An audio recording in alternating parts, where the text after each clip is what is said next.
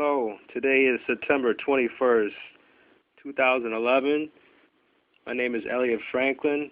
I'm 38 years old, and I'm here with my grandmother, and her name is Ermal Adelia Vinegar, and I'm 87 years old. I was born July the 30th, 1924. Let me see what I grew up on the south side. My mother's name is Orinda Beatty Pettiford Miller. She was married to Walter Gill Miller from Gallatin, Tennessee. And his father was named Alonzo Miller, and he lived to be 98. He died in January, I think, 1941. And we lived on what you would call a little farm. We had one cow. We had chickens. We had a few hogs. And I had to milk the cow, which I didn't particularly like. I had to churn butter. My father made a churn for us. And we had the best butter. And during the week, we made bread. And lots of times when we come home from school, we'd have hot bread, jelly, and fresh butter. And the worst thing that happened to me was when my father told my mother that he wasn't going to have 3 girls who didn't know how to cook. And I was playing horseshoe, and my mother called me in and said, "It's time for you to learn how to cook." And I had to make a strawberry pie. I was so mad I wouldn't eat none of it. And they told me that was the best pie in the world. And I'll never know what my first pie was like.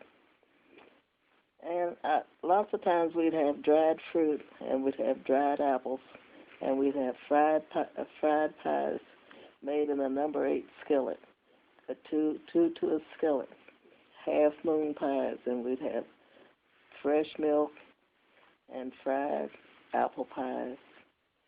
And we killed our hogs in the November. That was quite a feat. The men in the neighborhood would come and help because the hogs weighed around about 300 to 400 pounds, and that was just too heavy for one man.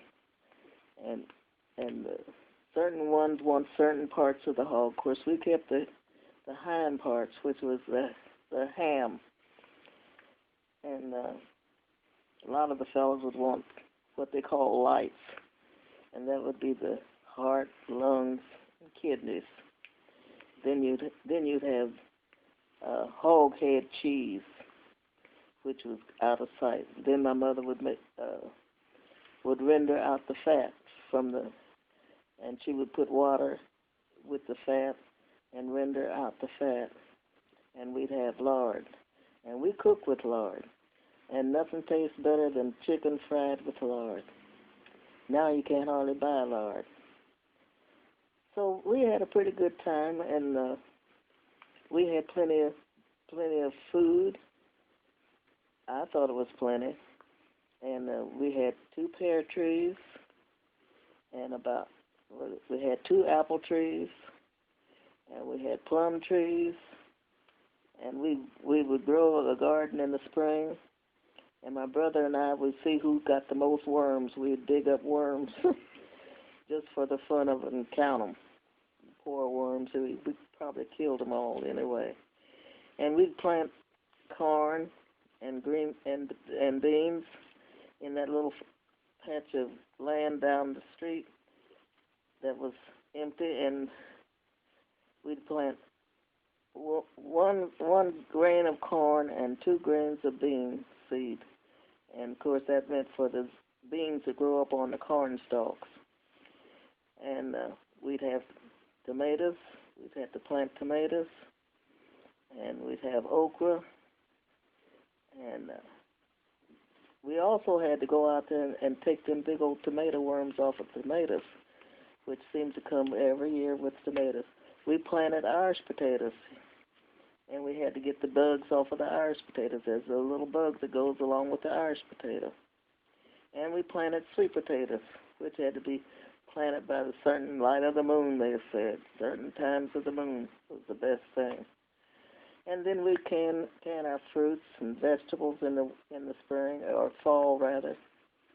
We'd can tomatoes, and we'd have what we call before the frost. We'd have green tomatoes, and we'd grind them up and season them and make what we call cha-cha. And we put that on our beans in the wintertime, which was out of sight. And let me see. Well, I had 3 brothers and 2 sisters. Walter Maurice was the oldest. He was born 1917. And my sister Ervinia Estelle, she was born 1918. And then there was Miriam Orinda. She was born 1922. And then there was Joseph. No, Miriam was born 1920. And then Joseph was born 1922. And I was born 1924. And Helen and Henry, the twins, who were deceased, didn't live any. Henry died the day of birth, and Helen died on my birthday that year, 1927. And that was Henry Lewis and Helen Aletha. Then my mother had a baby brother, Herbert, January the 5th, 1930. And he was born in the hospital, which was most amazing at that particular time. And I was supposed to look out and see to it while my mother was gone to the hospital, make out and see to that every one of the other kids did the right thing and didn't do nothing wrong. I was a spy. Well, they was going to fix the old spy for going to tell on them. They heated up the old coal stove in the kitchen and had the pipe red hot every day and said they were going to roast me. And they would sharpen the knives, and the knives, they were so sharp I could see them glisten. And so when my mother came home from giving birth to Herbert, I didn't tell her a thing. I was so glad to see her. I run to her and snotted all over her fur coat. I was going to quit. Oh, my goodness. Oh, shoot. Yeah, they sharpen them knives every day. And the old coal stove pipe would be red hot all the way up. Just one we hadn't set the house on the fire. He said, "You gonna tell on us?" And my sister Miriam had a habit of making candy. And as soon as my mother would go someplace, like go downtown, just as soon as she turned the corner, we'd go in that kitchen and get in that sugar and stuff and make candy. So I guess she knew we was doing that. So one time we made candy and it was hot. She had put pepper in the vinegar. Oh my goodness, that was the end of us making candy. But I guess we had a pretty good time. Maurice liked to go to the 500 races and Kentucky Derby. And he worked at International Harvester, and Joseph worked at the International Harvester. And Ervinia sold insurance, and Miriam was a maid. And me, I was doing a little bit of everything. And let me see what else. And Herbie worked on the railroad. But we all made it out of there.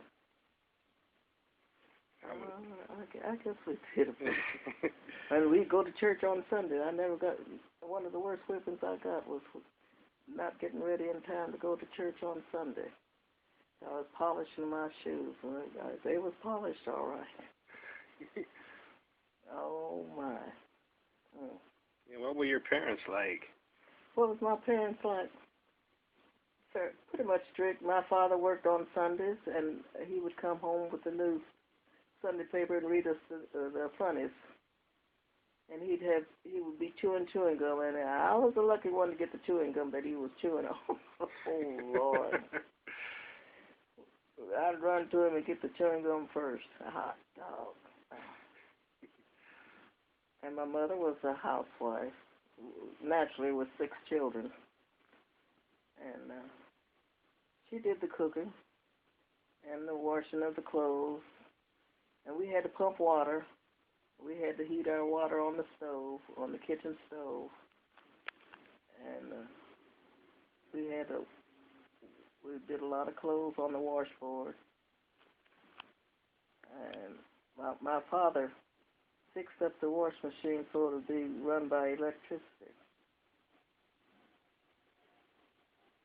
And that was his little invention. But you had to sit there and shift the gears for it. Of course, now you don't have to shift gears. I don't know. We had chickens too. Of course, the neighbors managed to tear open the back of the chicken house and steal a chicken. And one of the girls told me the other day, said, "Yeah, we stole your parents' chickens, and we stole the corn on the end of the road at the back row. So we stole a lot of that food." And I thought to myself, that's Doreen's auntie. We dug up the other day. Yeah, she told me that she stole our chickens, and we blamed Rhodey Rim for stealing them chickens, and Rhodey Rim wasn't stealing all of them. And my best girlfriend was Regine Mills. She was born July the 2nd, and she in 1924, and she died in 19 what? She was 77 years old when she passed. And Regine blackmailed me because I give a little boy some candy. Harold McPherson, he was good looking as all get out. And she saw me give this boy candy. And she said, "I'm going to tell Miss Miller." So I didn't want her to tell her. So she blackmailed me to all my little pennies in my piggy bank. Then she told it anyway.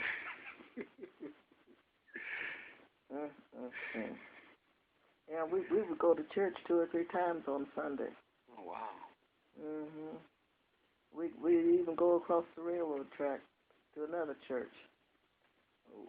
We walk. We caught the streetcar and walk across the railroad tracks and stuff like that. Oh, my. Oh. Yeah. How did you and my grandfather Franklin meet? How did we meet? Oh.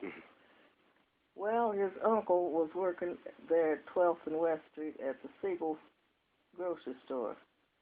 And he was standing over there talking to his uncle, and I was standing up on the other side waiting on the bus to go home from school.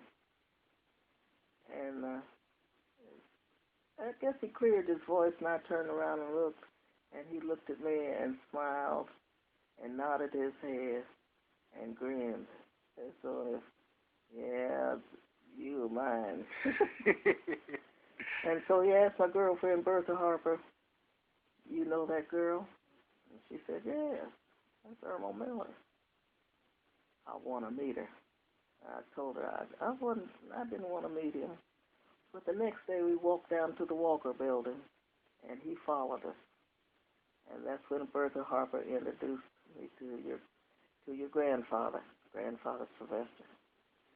But I was guaranteed a date on every Sunday. Grandpa Sylvester was definitely my date for Sunday. I want a Sunday kind of love.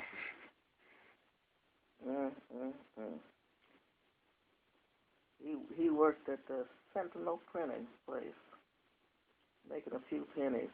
That was his little job. And he dressed, he dressed. Zoot suit and reed pleat, big hat, the whole bit, sharp. And Mattie was at the same school. Mattie was a valedictorian. Great Aunt Mattie was valedictorian. And she went on to be a school teacher. She went to Ball State College and graduated from there. And she taught at Washington High School up until they just told her she had to go, I think. And then she married Clarence Johnson. and he was from Muncie, and they had 2 children, Lester and Raymond. And then there was Dorothy. She married a fellow by the name of Maine Blow, and she had Sylvester Blow.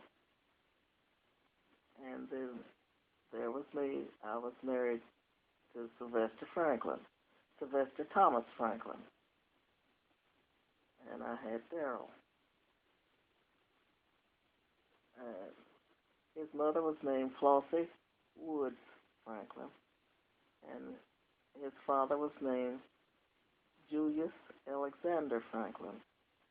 His mother and his father was a minister.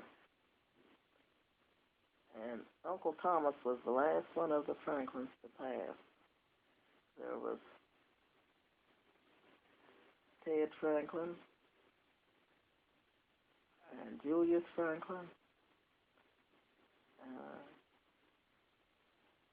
Oh golly, Ted, Julius. Most of them went by nicknames. Clarence.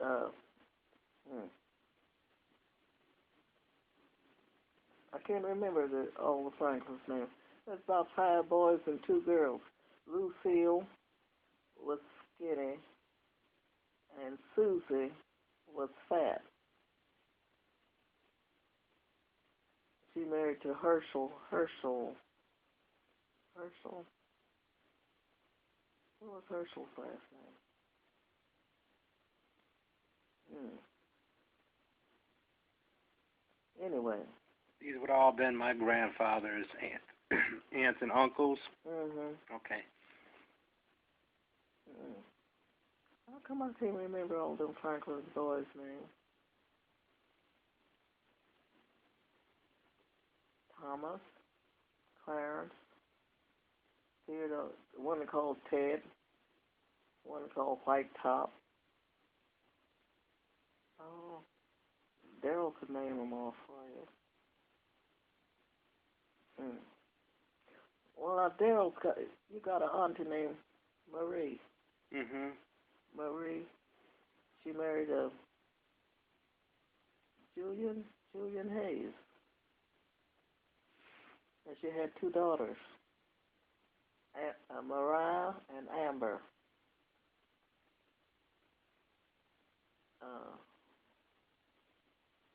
Well, that's a Duke's mixture of things I've given you.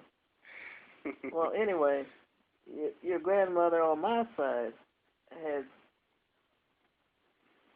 17 brothers and sisters. I think it was 11 girls and 10 boys. Is that enough? And,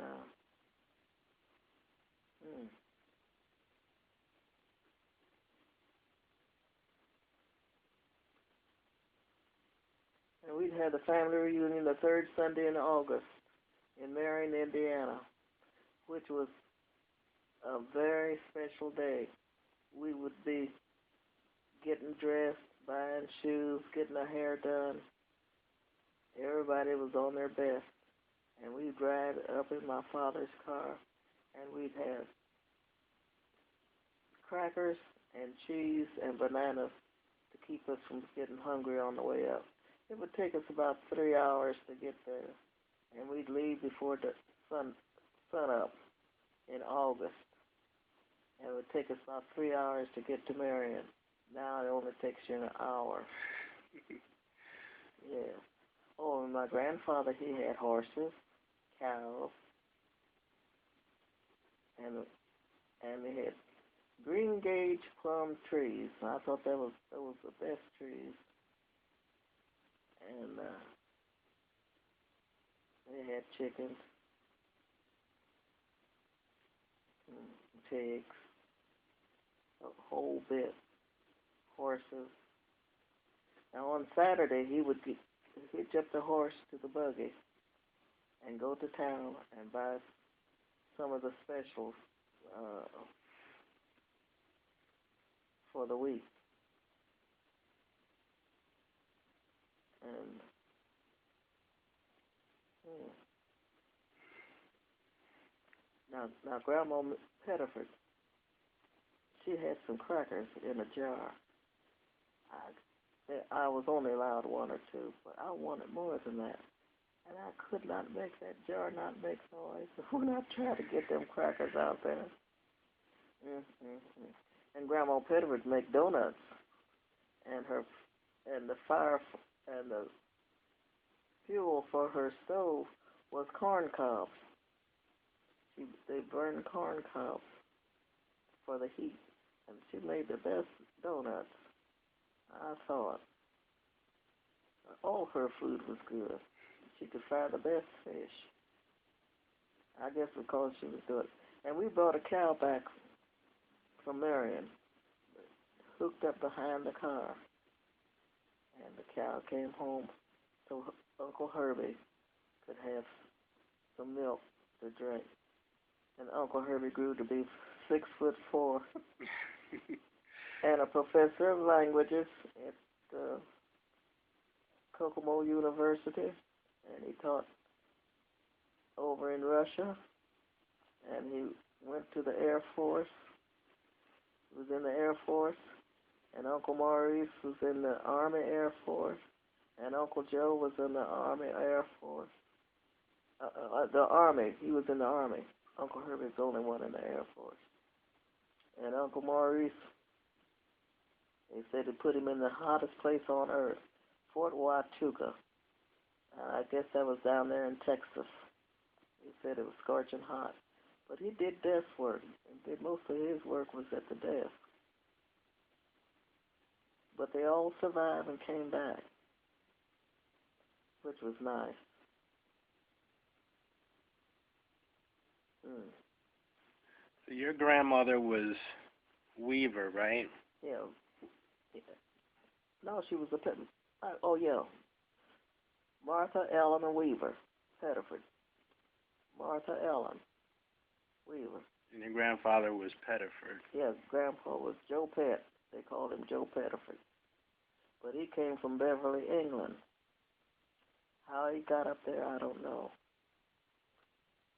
Now, my grandfather Miller, he just barely missed slavery. Him and his mother were sold together. But he was so little and frail, they sold the two of them together. But he never got to be a slave. By the time he grew up to be big enough to do anything, slavery was over with. And they moved on up from them slave states. There was 15 slave states in the south of the United States. I guess past the Mason and Dixon line. But the old master would whip my great-grandmother, I guess. My father's mother would whip her because she walked with her head high, which he didn't like. But they came from around the River Jordan. That's why Franklin is named Jordan. He's named after the River Jordan. And my grandfather would tell me he would run down that old river so fast and so hard that his shirt tail would just stick straight out in the back. Then he also saw a dog so big, but I don't think that was a dog. I believe it was a lion that he saw that was so big, being as he was in Africa at that particular time. Did he remember anything about the Middle Passage? I don't think so. You almost had to ask me, do I remember? What was the Middle Passage? Oh, just the trip from Africa over here. Well, he knew that him and his mother were sold together. That's about it. And she worked in the house, I guess. And he had several brothers and a couple of sisters, I think. Uncle Irvin, Uncle Will, Uncle Estel. I don't know, but my grandfather remarried, and they didn't like their stepmother, so they all migrated up north every chance they got. And as far as I know, I can reach. My grandfather said he came from Gallatin, Tennessee. That's as far back as I can go. So do you think that's where the plantation was? I think the plantation was farther down in the south. But they migrated up. They run off. They run away from them.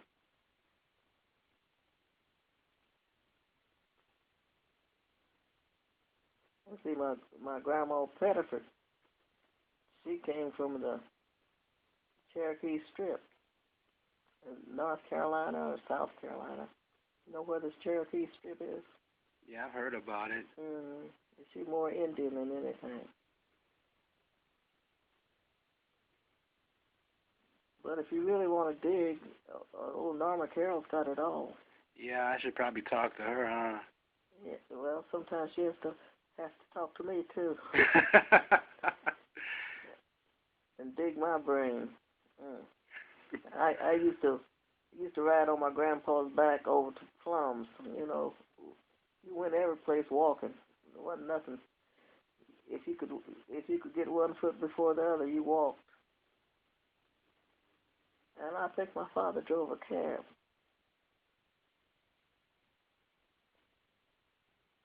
But he had a cleaning and pressing shop. He was a deluxe cleaner. And my mother did the alterations and repairs for them. And that was right across the street from Crispus Attucks. I think, what was that? 1117 Northwest. I think it was, the address was 1117 Northwest, but it's empty now. It's just an empty lot, unless they built something here lately. And when did your father pass? 1950.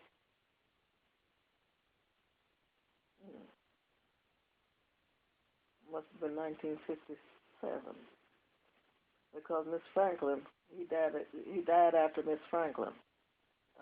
Your great grandmother Franklin. He died a year after her. And she died in 56, I believe. 55 or 56. And so he must have died in 57.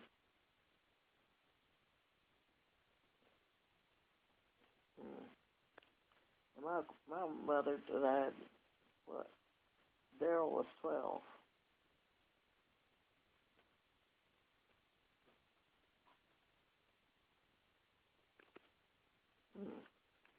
When did September? I think it was September.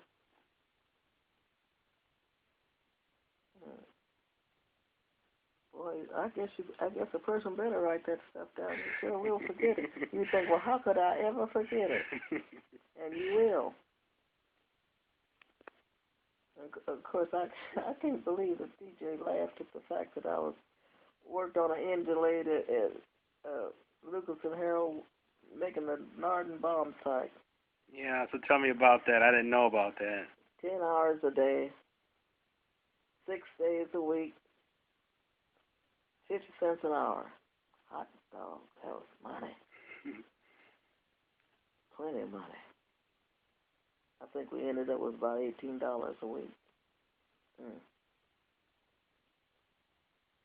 I had them machines humming.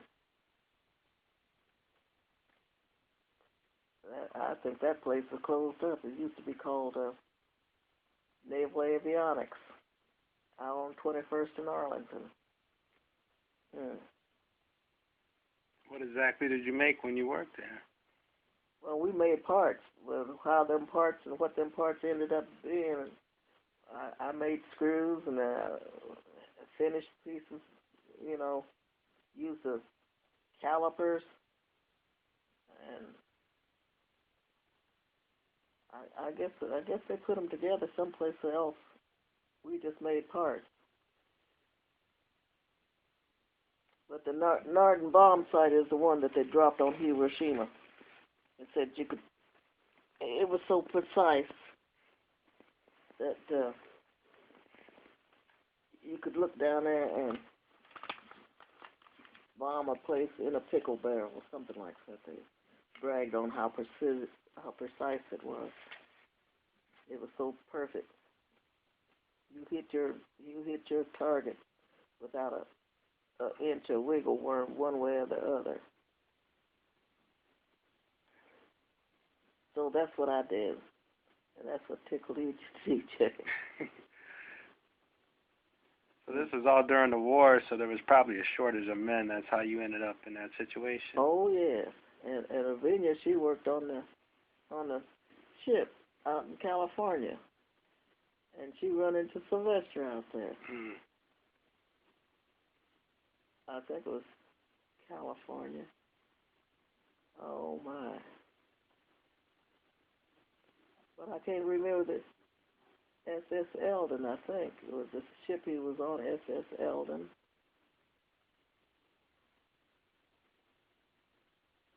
Was he drafted? No, he volunteered because he was going to be drafted. Mm-hmm. So he volunteered so that he had the choice of picking the Army or the Navy. So he chose to go jump the gun before he was drafted. Mm-hmm. And he was 18 at that time. And of course he wanted me to marry him at 18. Huh? I don't know about being married. And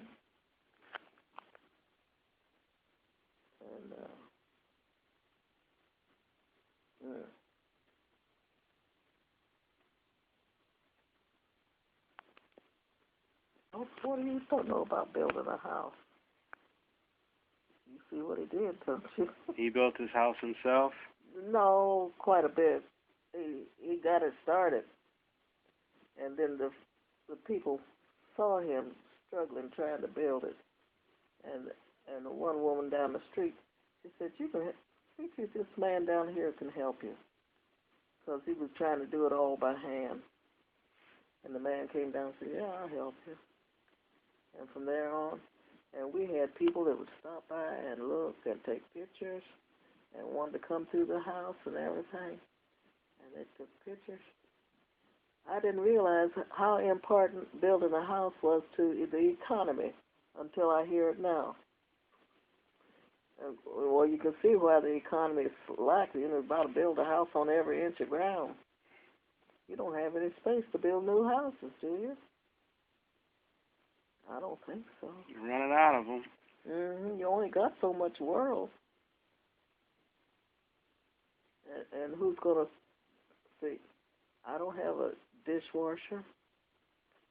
I don't have a garbage disposal because they weren't here. They weren't here then. And that was, they was, after World War II, everybody was trying to do something. Automatic washer and dryer, a furnace. They were still using coal furnaces. They were still delivering coal. They were still bringing ice on the hooks, in the block on the hooks. When you put your card in the window, 25, 75, 50, or 100. You set it in your window, whatever you wanted that day. And you had a wooden ice box.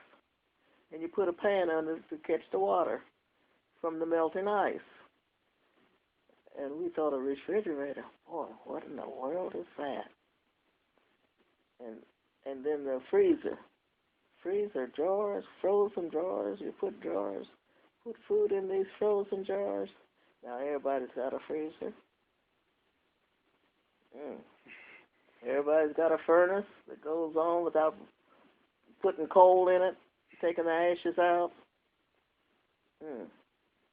Bringing up coal. Everybody had a coal bin, a coal scuttle. They call them coal scuttles, I think. Oh, boy. Mm. How did you and Aaron meet? Oh, at work. Mhm. Uh, but I had seen him, and there'd be lots of times he'd be standing right beside me talking to the girl next to me. I guess they knew each other, school days or whatever. And he'd be standing right there by me. I could have touched him if I wanted to, not, you know. I think she took him home. You know, everybody rode with everybody. At one time, RCA had 10 buses, 10,000 people waiting to catch a bus from work. That meant everybody was catching a bus. And when they had the bus strike, everybody decided, hey, you're not getting me stranded no more. Everybody started buying cars. Of course, we don't have an RCA of any kind in Indianapolis now. And they made records. The 78 records. Enoch was over there. Uncle Enoch was over there. Everybody was. Elvis Presley kept them humming and making money. Oh my goodness. Everybody loved old Elvis Presley. So that meant overtime and a good job. Well, we did boom. And how did I meet Aaron? Oh, well, it got around. Well, Aaron was a union steward, so you'd have contact with him. But I was married and he was married, so you know nobody. I just saw him. He was union steward. That was it. If you had a problem, you take it to Aaron or whoever. Then Aaron got a divorce, and everybody in the plant said, "Oh, Aaron Vinegar's been a divorce." Of course, I had gotten a divorce way before him, 9 years before him, and so my girlfriend Nancy Minner. I was coming to work at night. I was working at nights. I'd have to catch that bus and come to work at night. All of a sudden, Aaron began to peep around the corner when I was coming down the hall. Here's Aaron peeping around the corner. He's skinny as all get out. I thought, what happened to him? Because Aaron used to be fat. And I thought, wow, you must be sick. And then he kept on coming every day. When I come down the hall, here he, big head, be peeping around the corner. I thought. Then he began to talk to my girlfriend, Nancy, that I had a locker right beside me because I had to change my shoes and my clothes. And I noticed them big eyes kept looking at me, and I thought to myself, I ain't studying this. I'm not replacing no wife. That you ended up getting a divorce from, that's your problem. And I would run into the bathroom, which was a girl's bathroom only. You could not come in there. So finally, he figured it out. He figured out when she starts to work, and I know she can't get off of them machines since she can't do nothing, but just stand there. He come walking through my department. Of course, he started an hour later for work because he was a shipper. And so I couldn't run. So one day, caught me going down the aisle, and he started talking, telling me about his brother playing on Johnny Carson's show. And Johnny Carson my brother's gonna be on Johnny Carson's show tonight.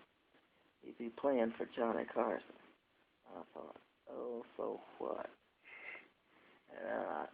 And I thought, oh, maybe I'll look and see if I get home in time, because I rode with a fellow named James, what was James? James Wynn, I think it was. And so I made it home in time. There was his brother playing the big bass fiddle on Johnny Carson that night. so I was glad to tell him I saw his brother on Johnny Carson. So from there we just started talking, and he'd catch me going down the aisle. Here he come on his way out to go home. Johnny. And so one day he said to me, I don't know what he said to me, but I thought to myself, he keep buzzing in my ear like a bee in a bottle. I said, oh, shucks. So I took him a picture of Daryl's graduation. He was 13. And I showed it to him. I said, this ought to get rid of him. And I showed him Daryl's picture of graduation. He said, next time he graduates, I will be sitting right there. I thought, oh, Lord, have mercy. Who in the world would want you sitting there? Well, need I say more? And so I don't know how he got my phone number. I guess I gave it to him. And he called me every day at lunchtime. I thought, oh, Lord. And the phone would ring. And I was working nights and he was working days, so you know that wasn't too good. And the phone would ring and it'd be Aaron. And so finally I said, I said, how old are you? He told me. I said, I don't date nobody younger than me. And he said, well, what's that got to do with it? Well, he's only, what, 11 months older than me, younger than me. I said, it's just a pattern. That's just something I don't do. He said, well, I'm a pretty nice guy. I think I'd be a nice person to be around. I don't think I'm such a bad person there. So one day, and my girlfriend said, I think you two, so you're not doing nothing, and he's not doing nothing. Why don't you two get together and do something? I thought, oh, Lord. That was Nancy Minner. And so I thought, well, maybe I'll do that, get rid of him. You know, I'll be just as obnoxious as I know how to be. Get rid of it. Because I was thinking I wasn't going to be bothered with nobody. I was through being bothered with men. I had my share of them. And so we had that first date, and I just looked at him, and I thought to myself, he said, don't tell me where you live, because I know where you live. And I thought, oh, I know exactly. Well, he was living right up on the corner, and I didn't know it. And so I let him come over. And old Daryl sit there with his mean self. Oh, God. So anyway, we went to Ohio bowling. Him and his nephew, Joe King, his nephew. And we went to a steakhouse. And he treated me like a royal queen. I'm telling you, I felt like I was Miss Anne for sure. We had steak dinners, and he knew all the best places to go. And he took me out to dinner. We went places and did things, and I thought, oh, wow. I didn't even know what the IHOP was. Oh, God. So from there on, here we go. Next thing I know, guess what? I got a son. His name is Elliot. Born July the 11th, 1973. What? That's Aaron's birthday. How about that? Can you imagine that on Aaron's birthday, a step-grandson? Mm-hmm.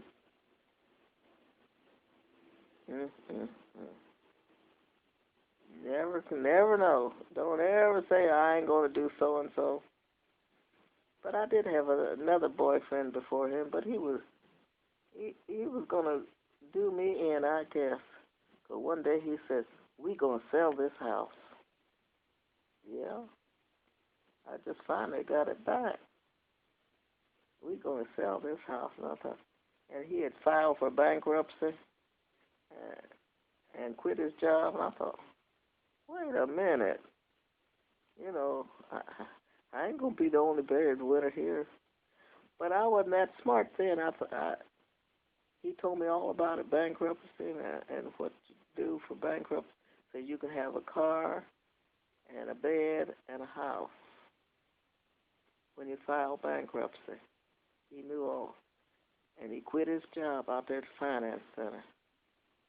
But something just told me not to go for that. But he never did ask me to marry him, and I'm glad he didn't. Because I'd have probably been sitting out there on the sidewalk with a tin cup. Did you see what he was up to? Oh, yeah. I bet. And he would tell me, he told me about going to Las Vegas, how he saw that big sign where the man was waving. Did you see that big sign? Yeah, he's still there. And he brought me back a toga from Caesar's Palace. He told me about dancing on the back end of the boat. But he always would tell me about these places he'd been. I wasn't going no place with him. Christmas time, he'd pop in for a few minutes and be gone. Thanksgiving, he'd pop in and be gone. What kind of date is this? I'd have all the rest of coming early Sunday morning and be gone the rest of the day. Then if he's going to stay with you, if he's going to spend time with you, he'd buy a 12-pack beer, case of beer, and sit up and drink it and go to the bathroom. Sit up and drink it and go to the bathroom and smoke cigarettes. Oh, God. And he had a daughter named Mary. I don't know why I was smarter than I thought. I was just dumb lucky. 'Cause that man didn't mean me any good. He'd be gone, and then he wanted to be be his own employer. And I thought to myself, this ain't gonna work here. I could. Then he was gonna. When I came home from work, he was gonna have my dinner ready. What? I don't eat that much food that you need to take the whole day off and have my dinner ready when I come home from work. What is this? So finally, that's when it says, you've taken up all my time you're going to take. You're not taking up no more of my time. I was so glad. So I was on the bus. I know he timed that bus. He had a girl in the car with him. Okay. And the bus stopped to pick up a woman. And, of course, she had to stop, too. And I could see that he had this woman in the car with him. It might have been his daughter or anything. I don't know. But I was glad he was gone. And them little popcorn calls, you know, when a holiday come, you 10 minutes is all you had, you know. Well, what you gonna do with the other 20 some odd hours? Hey, I'm just so glad that I met old Aaron. Aaron changed my mind. If we're not married by the end of the month, I'm gone. What? You got your nerve. I got used to being around you. I got used to going places, doing things, seeing people, meeting your new friends, and you meeting my friends, which I didn't have too many. And I thought to myself, wow. You got used to him being over here on a Sunday. I don't know about that. I know I went to Marion on for a family reunion, and he wanted to go with me, and I told him he couldn't go with me. No family reunion. And then Vineyard drove up there, and he looked so embarrassed. I guess he said, that ain't going to happen to me no more, because next time I'm going to be married to you, and I'm going with you. Because he loved them family reunions. Oh, my goodness. He believed in family. Well, what did you tell me that his nephew is? Brad Smith, who's he playing for? It's up in New York, isn't it? Oh, Buffalo, yeah. Buffalo, New York. You see old Peyton Manning's begin to come back after we done lost through, 3 games? Yeah, he went over to Europe and had stem cell research. So they say. They Yeah. can't put their finger on it. But all of a